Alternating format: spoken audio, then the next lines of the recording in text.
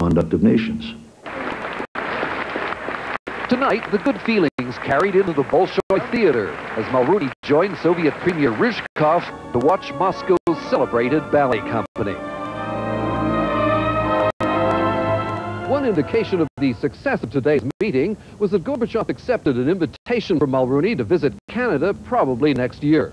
Both leaders hope that visit will build on the much more solid partnership that now appears to have been established between Canada and the Soviet Union. Peter? Well, David, the relationship may be stronger, but we are far from allies. That's right, and we saw Mulroney perform a rather fine balancing act on that issue today. Like other Western leaders, he says the old Cold War attitudes have to be buried. At the same time, Mulroney wasn't yet ready to renounce that Canadian white paper on defense of 2 years ago. You remember that was the paper that singled out the Soviet Union as the biggest threat to Canadian security. All right, David, thanks very much. Well, what Gorbachev said about Canada will make news in our country, but what he said about something else will make news around the world. When Gorbachev and Mulroney had finished their session, there was another quick session with reporters. Our Moscow correspondent, Don Murray, asked Gorbachev about something that's on everyone's minds these days, the rapid move towards democracy in different parts of Eastern Europe. Here's Don's report. It was a question Gorbachev had clearly been preparing for. He launched on a 3-minute answer. And rather than criticizing the pace of change now in Eastern Europe, he called for more reform, faster reform. Now we have to make up for lost time.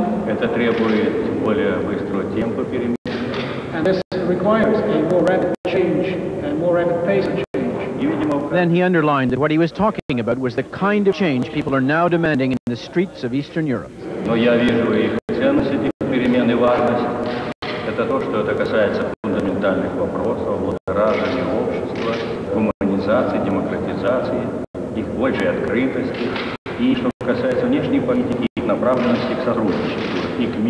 But I feel that that change is very important, and the importance of that change for me is that it will create a better society, a more open society, a more democratic society. In international affairs, it will mean a society that is more open to the world and that is more ready for cooperation. Last week, Gorbachev gave his blessing to the East Germans who had demanded and won the breaching of the Berlin Wall. Today, he went further, saying that what has taken place so far should be considered a prelude to even vaster changes in every country of Eastern Europe, including Czechoslovakia and by implication the still Stalinist Romania of Nicolae Ceausescu. Don Murray, CBC News, Moscow.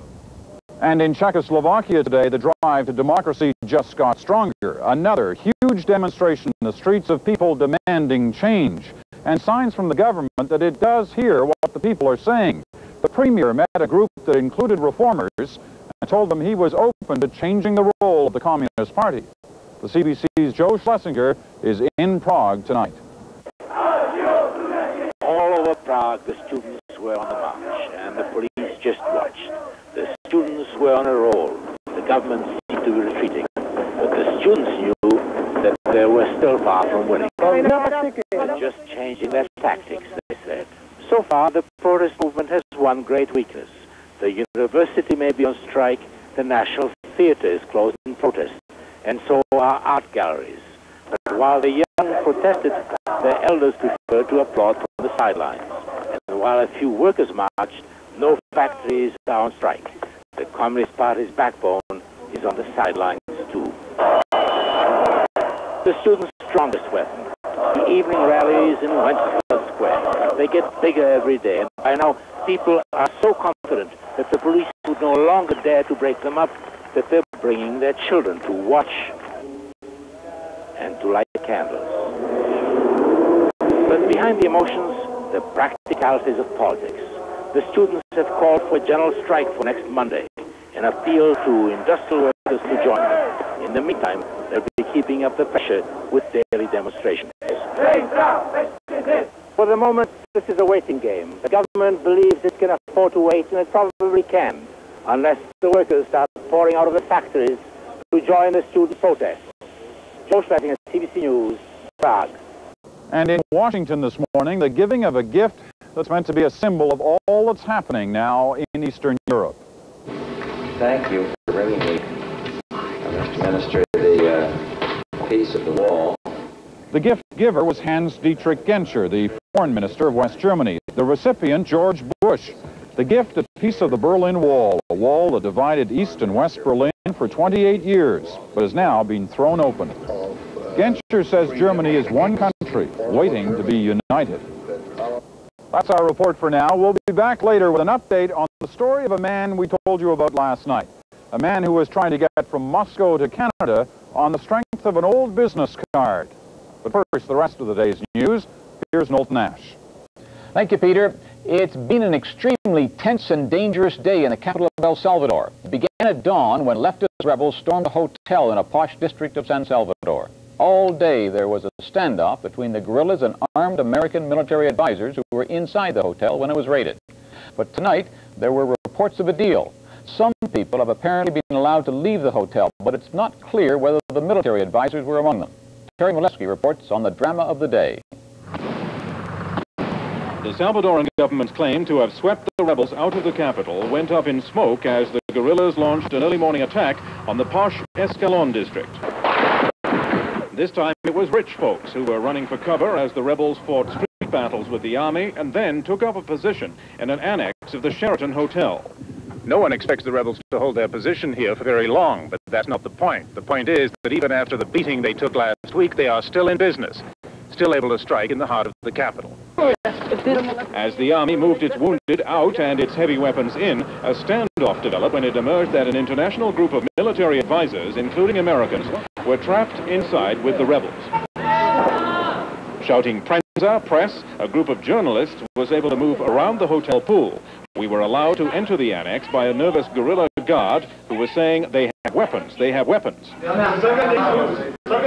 What he meant was that the American military advisors were down the hall on the second floor, not under rebel control, and were refusing to lay down their guns and flee. When we approached them, this was the response.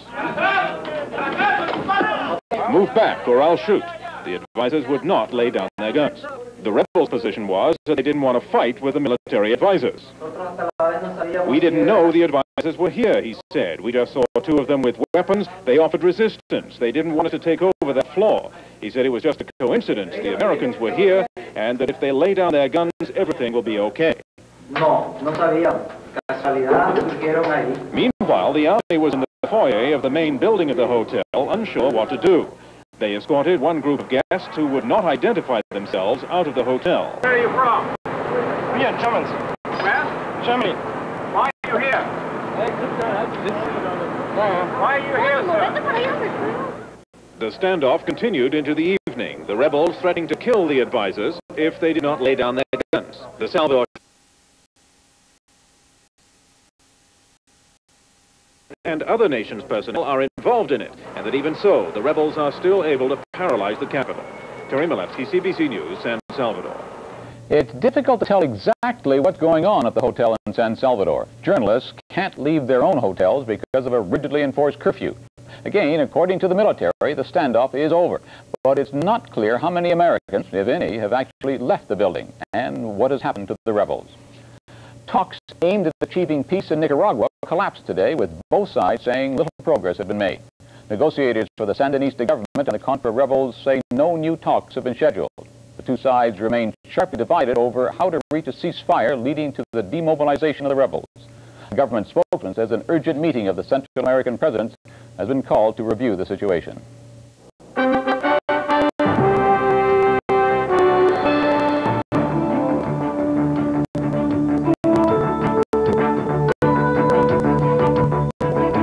Coming up on The Journal.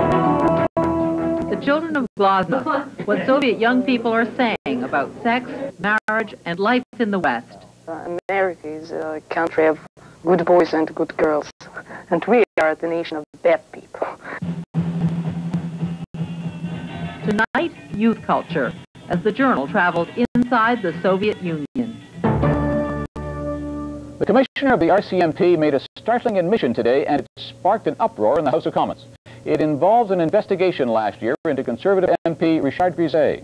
Grisey eventually resigned after being convicted of fraud and breach of trust. Search warrants in the Grisey case were issued one day after the federal election.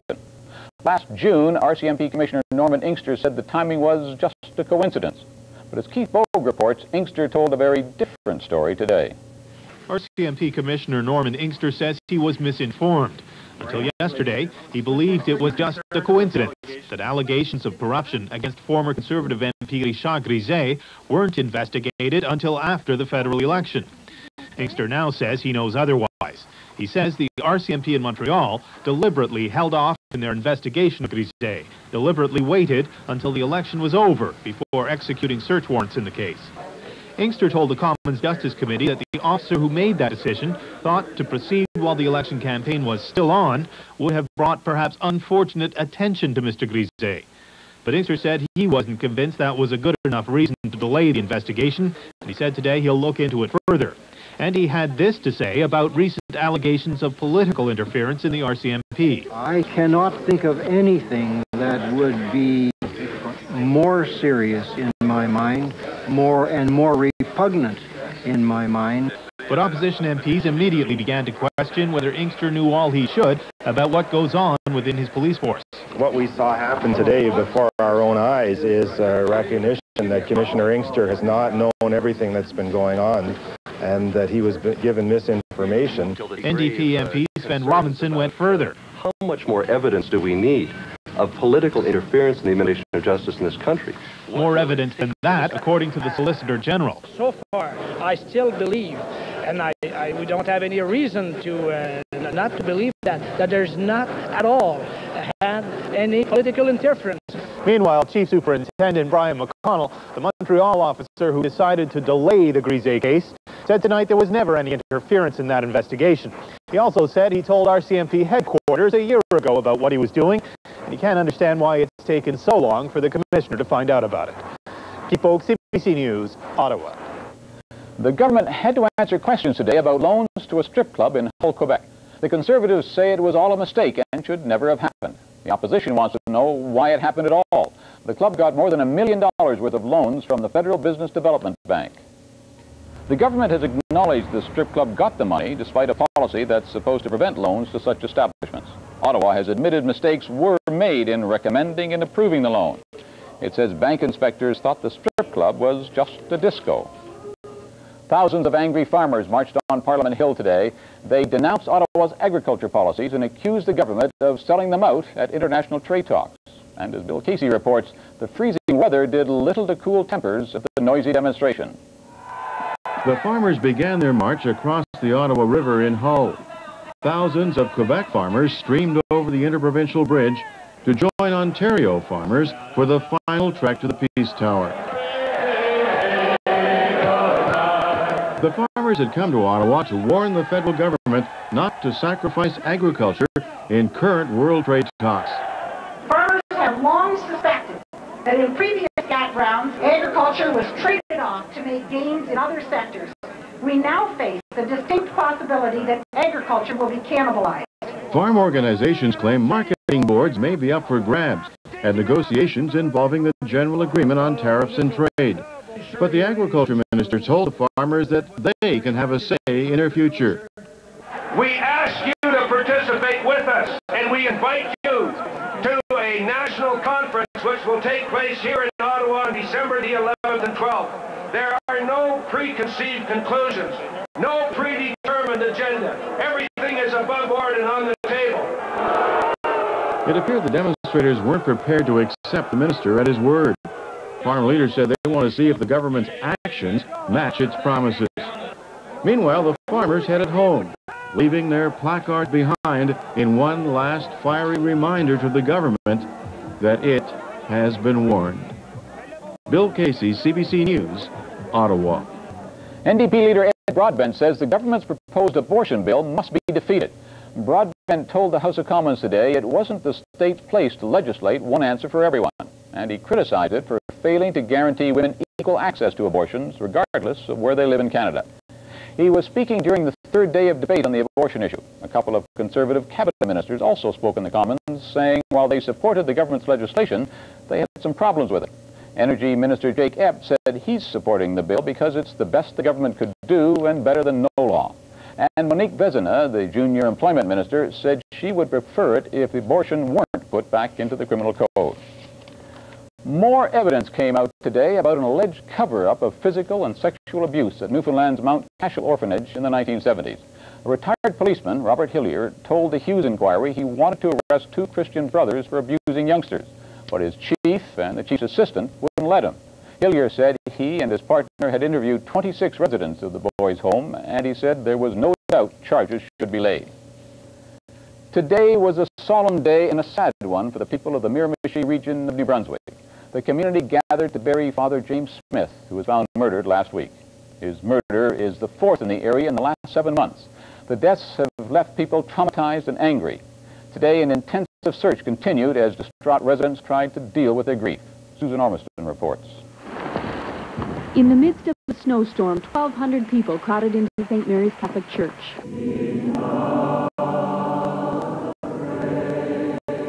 Nearly 100 priests came from across New Brunswick. Father James Smith was their colleague. He was 69, described as a kind and gentle priest, killed in a brutal way, severely beaten. His brutal murder has shocked the entire community. Shocked and frightened them. This is the 4th murder. People believe there is one killer. We do not or must not allow ourselves to be overcome by evil. Nor by fear, but that seemed almost impossible. Are you frightened? Yes. Yes, I am.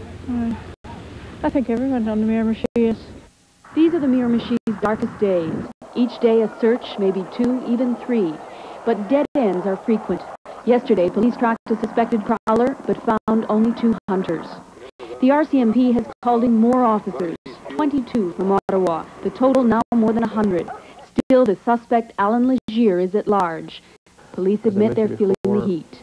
All the public want to hear is that he's been apprehended, he's taken off the streets, and that's the only thing they want to hear.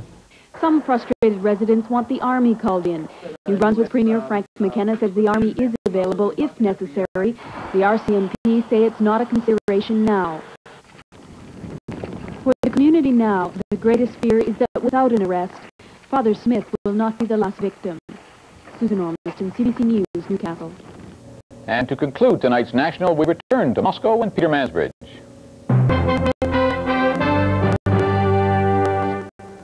Back here in Moscow now with a postscript to a story we told you about last night. It was in part the story of this man who was waiting outside the Canadian embassy here, hoping to get a visa to travel to Canada. But the only document he had was this tattered old business card from Bill Norrie, the mayor of Winnipeg. He'd been carrying it around for more than a year. Well, Bill Norrie was watching The National last night, and he now wants to help the man come to Winnipeg, and so it seems to a lot of people in his city. We talked to the mayor today. He told us he's been swamped by calls all day about the man. We gave the mayor the man's name, and now Bill Norrie is on the case. That's The National this Tuesday night from Moscow. Thanks for watching. For CBC News and for Knowlton Nash, I'm Peter Mansbridge. Stay with us now for The Journal.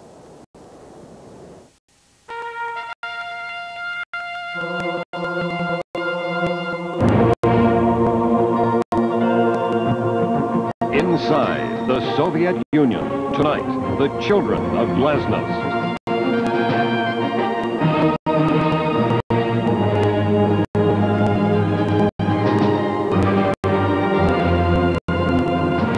A young mother explains what she wants for herself and her son.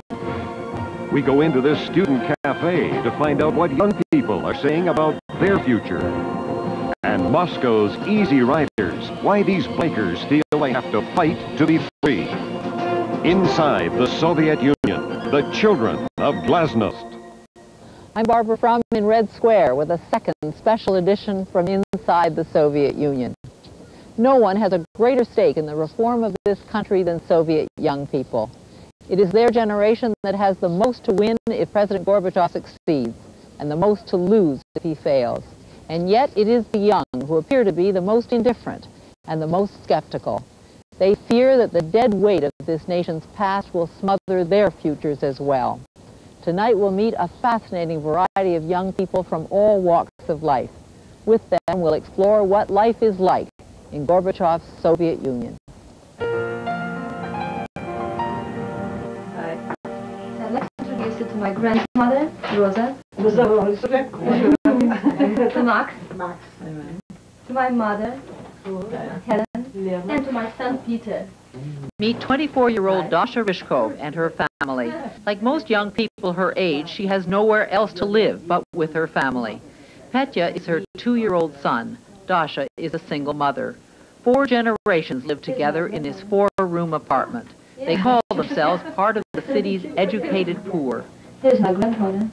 Their history reflects the turbulent times in the Soviet Union over this century. Her grandfather, Max, remembers the 1917 revolution, and her mother remembers the failed promises of the Khrushchev years. But the most pessimistic is Dasha, who worries that her generation is in a straitjacket, in spite of the promises of reform. So, come and see my room.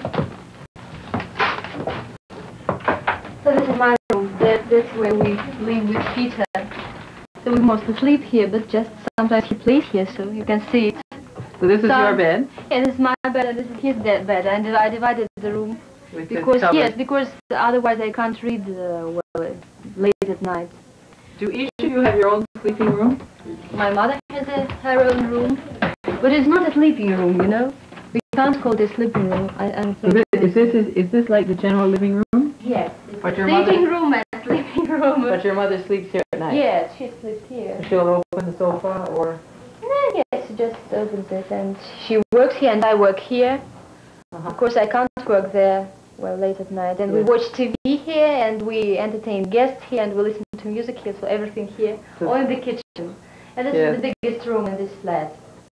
So why don't we rejoin your family? Okay, let's go. We wondered why Dasha felt insecure about the future. Dasha, in the West, people speak with such excitement about the great reforms here, the great transformations, that finally young people like you can look forward to a brilliant future. They are going to think that all the reforms are for people like you, so that you'll have a better life at last. So, do you want me to say whether I believe it or not? I'm afraid that the young generation is not likely to believe all those things because we are rather pessimistic, more pessimistic than our older generation. And we are used not to believe in all things the government says. And unfortunately, because I want to believe, it's in human nature that man wants to believe in everything, but I'm just afraid to believe. How could someone so young as you, with your whole life ahead of you, be pessimistic? Well, it's quite natural that I'm pessimistic because we know a lot about the history of our country, and we knew that the government or the party told lies a lot of times, and we just know it. Have you felt any change at all, any good things yet happening in your life? Well, the fact that you are here shooting this film is the extraordinary fact, because it was impossible several years ago, or 10 years ago. It was just impossible. My grandfather and grandmother, they had some friends, foreign friends, and it was impossible to invite them to their place, because my grandfather is a party member, and he would have some difficulties and some troubles in his work. Well, and now it is possible. You sit here and we're talking to you, and so it is a great change. And then a lot of books now are published that were legal and that were impossible to publish. So there are changes, of course, but not everywhere, unfortunately. When you see what's happening in East Germany and Czechoslovakia and Hungary and in Poland, does it make you think that maybe sooner than later those kinds of things have to happen here? Well, I hope that it will change my life inevitably, and I hope that it will change the life of our country, but it's only hope. We can't believe, we can't be sure in anything, you know. We hope that it is historical changes. We want them to be historical changes. We want our country to be more open and to have the possibility to go everywhere and to speak to all people, but we are not sure in that, because we knew a lot of things when they promised and nothing, and everything, well, they failed to do it. So we're now just anxious about it, and we worry about it. Are you speaking just out of your own, maybe unique personal experience, or do your other young friends feel the same as you do? Well, you see, I'm afraid, but I think that the majority of young people here, they are not interested in politics and not interested in our life. They're not interested. I'm interested, but I'm not an active. Well, I don't take an active part in it. And my friends, well, they share my opinion. That's why they are my friends. I think that they share my opinion. They also want to hope, but some of them, they are not sure that they want to leave this country. When Gorbachev is shown on television in our country, he looks like the boldest leader in the world right now. Well, you see, we don't see anybody who can change Gorbachev. We think he's the only possible leader in our country now. But you're saying even he isn't doing it. But, well, I think that now we are just afraid that he will be changed by somebody. Because then the situation will be worse. We are afraid of that, because I think he's the best leader now. There are no other opportunities in our countries, unfortunately. Though perhaps he's not good in many things, perhaps he's not so well. But he has done a lot. I must say that he's done a lot. The world should be yours. You are the young generation. I don't understand why young people like you don't fight, don't get together and protest and demand. I don't know myself, because, well, I realize that some people are fighters and some people are not fighters by their nature. So some people just can't fight. But I think that the young generation in this country will possibly, lacks this quality. I don't understand, because this summer I visited Poland, and I saw a lot of young people there who were interested in the history of their country. But our young people seem to not to be interested at all. Some people say, I don't know if you're going to agree, that it's not fun to be young here. It's not fun to be young here. It's not fun because, first of all, young people here have no rights. Perhaps it is so. And then, you see, they just don't believe in anything, because they were told lies a lot of times, and they know that it was lies. They were told lies when they were young pioneers, and then they were told lies when they were the members of Young Comsomol League, and then they graduate from, they finish school, they graduate from institute, and they don't believe in anything. Now they realize that everything was just a lie, so they prefer not to believe. When will it be good to be young here? When I think that when young people change themselves. I don't know, perhaps my son's generation will be different. Perhaps they will believe in anything. Because, you know, it is difficult because we are slaves. We are just slaves. And perhaps they will not be slaves. We are slaves and we are children of slaves. And there is a slavery in our heart and our soul. So perhaps they will be not slaves. If you could, like a magician, walk out tomorrow morning and the world was the way you wanted it, what would it look like? I want to see friendly